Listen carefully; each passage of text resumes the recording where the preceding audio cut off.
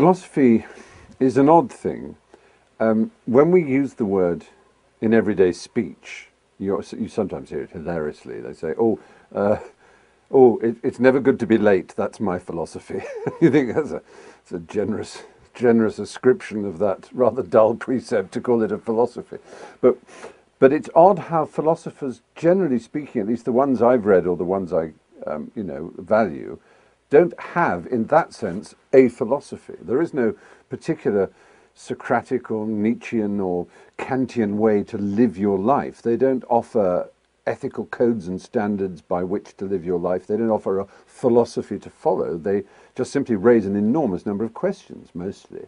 So in the sense that you put the question, is there a philosopher that's important to me? Well, I loved really the sort of Bertrand Russell grand sort of tour of philosophy, the history of philosophy from the pre-Socratics, as they're called, Zeno and so on, through to Socrates and Plato and then Aristotle. I never quite liked Aristotle.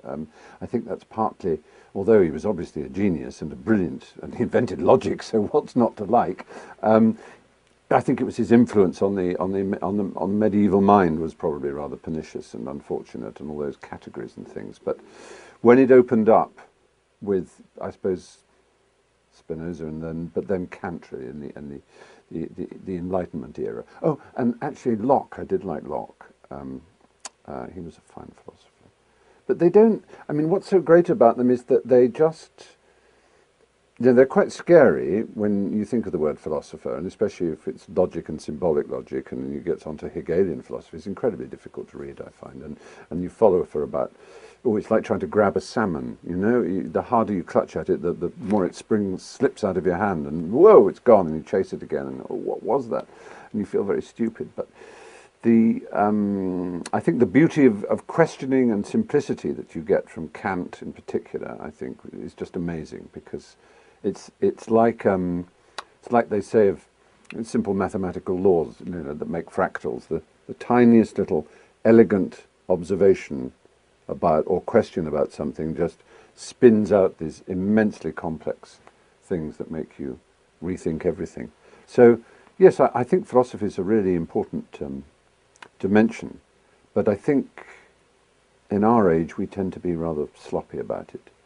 We either think Buddhism is philosophy, which or some sort of Eastern thing about being nice and spiritual, and that'll do, which is fine. I mean, obviously I believe in kindness and niceness and lots of spiritual things, but the real intellectual rigor and quest of logic is something that I'm afraid takes incredibly hard work, and we live in an age in which hard work is, if not actively deprecated or denigrated, it is run away from or ignored. It's sort of, people frown at you and say, well, that's a bit dull and stupid. Why can't we just short-circuit it and talk about, like, spirit? Well, yeah, you can say spirit, but if you think that's philosophy, and if you think that's good enough, the most important philosophy, I think, is that even if it isn't true, you must absolutely assume there is no afterlife. You cannot for 1 second, I think, abrogate the responsibility of believing that this is it. Because if you think you're going to have an eternity in which you can talk to Mozart and Schopenhauer on a cloud and learn stuff and really get to grips with knowledge and understanding, and so you won't bother now, I think it's a terrible mistake. It may be that there is an afterlife and I'll look incredibly stupid, but at least I would have had a crammed pre-afterlife, a crammed life. So to me, the most important thing is, as Kipling put it, to fill every 60 seconds to fill every unforgiving minute with 60 seconds worth of distance run, absolutely. So that's all I'm saying, I suppose, is that there's no point wasting time being lazy. Though, of course, indolence in a divine way, axidy, has its advantages. Oh, shut up, Steve. Okay, next one. It's interesting. Atheism comes in for rather a bad press, and I suppose I'd rather describe myself as a humanist. I don't believe in God. I don't believe there is a God. If I were to believe in a God, I would believe in gods. I think monotheism is the really ghastly thing. That is the absolutely staggering, to me, misapprehension. I can perfectly see why anybody might imagine that each thing that grows, each phenomenon that accompanies us on our journey through life, the sky, the mountains, spirits of nature. I can imagine why man would wish to endow them with an inner something, an inner animus that they would call the god of that thing. I can see that. It's a beautiful and charming way of looking at it, and I can understand the Greek idea that there are these principles of lightning or of war or of wisdom, and that to embody them, to personify them into Athena or Ares or whichever god you want, makes enormous sense. But to say that there is one only God who made it all and who is, that is just what? Why? Who said? Where? Come on.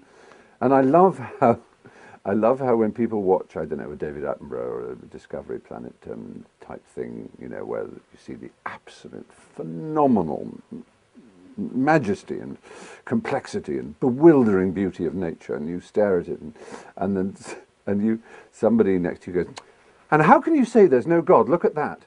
And then 5 minutes later, you're looking at the life cycle of a parasitic worm whose job is to bury itself in the eyeball of a little lamb and eat the eyeball from inside while the lamb dies in horrible agony. And then you turn to them and say, yeah, where is your God now? I mean, you can't just say there's a God because the world is beautiful. You have to account for bone cancer in children. You have to account for the fact that almost all animals in the wild live under stress with not enough to eat and will die violent and bloody deaths. There is not any way that you can just choose the nice bits and say that means there is a God and ignore the true fact of what nature is. The wonder of nature must be taken in its totality. And it is a wonderful thing. It is absolutely marvelous. And the idea that an atheist or a humanist, if you want to put it that way, doesn't marvel and wonder at reality, at the way things are, is nonsensical. The point is we wonder all the way. We don't just stop and say, that which I cannot understand I will call God, which is what mankind has done historically. That's to say, God was absolutely everything 1,000 or 2,000 years ago because we understood almost nothing about the natural world. So it could all be God. And then as we understood more, God receded and receded and receded. So suddenly now he's barely anywhere. He's just in those things we don't understand, which are important. But I think it just is such an insult to humanity. And the Greeks got it right. The Greeks understood perfectly that if there were divine beings, they are capricious, unkind, malicious mostly, temperamental, envious, and mostly deeply unpleasant. Because that you can say, well, yes, all right, if there's going to be God or gods, then you have to admit that they're at the very least capricious. They're certainly not consistent. They're certainly not all-loving. I mean, really, it's just not good enough, is it? If we empower ourselves with responsibility over our actions, responsibility over our destinies, and responsibility for directing and maintaining and creating our own ethical and moral frameworks, which is the most important thing, really, isn't it? Because perhaps the greatest insult to humanism is this idea that mankind needs a God in order to have a moral framework. There's a very clear way of demonstrating logically how absurd that is, because the warrant for that logical framework, for that moral framework that comes from God, is always tested against man's own morals. It's a complicated argument, but I mean it's the standard one, which is pretty unanswerable. But the idea that we don't know right from wrong, but we have to take it from words put down in a book 2, 3, 4, 5, 6,000 years ago and dictated to rather hot-headed, neurotic desert tribes, is just insulting. It's just no. I mean, if there were a God, he would want us to be better spirited than to take his word for everything. Wouldn't he? If he gave us free will, would he really want us to say, no, I have to abide by everything that's written in this book? all the laws of circumcision and of eating and what to do with menstruating women. I'm going to obey those written down there. I won't think for myself because that's not required of me. Come on. It's just not good enough. And you know, I have no quarrel with individuals who are devout and who have faith. I don't want to mock them. I really don't. But damned if I'm going to be told by them what to do with my body, or damned if I'm going to have the extraordinary battles won by enlightenment over the past 400 years to have those battles abnegated by a new dark ages. The battle lines must be drawn. Music in its time, but I mean that's a function of history. You know, the fact is that the composers always write for power, or power and money, and it so happened that in the period when polyphony all the way through to the classical and early romantic era, all the power and the money was with the church. So some great masses and some great choral music and some great oratorios were written from obviously the Baroque age being the sort of pinnacle of that, but all the way through to the Mozart's final works, his Requiem and Beethoven's Missa Solemnis, and Mendelssohn and so on. There have been some marvelous religious works, and in painting similarly. But that's because these were princes. They were princes of the church. They were prince archbishops who employed Mozart. These were not spiritual beings who inculcated these composers with the sense of the divine that makes the music divine. The glory of Verdi's Requiem or Mozart's Requiem or Bach's pieces is that they are fantastically, incredibly human.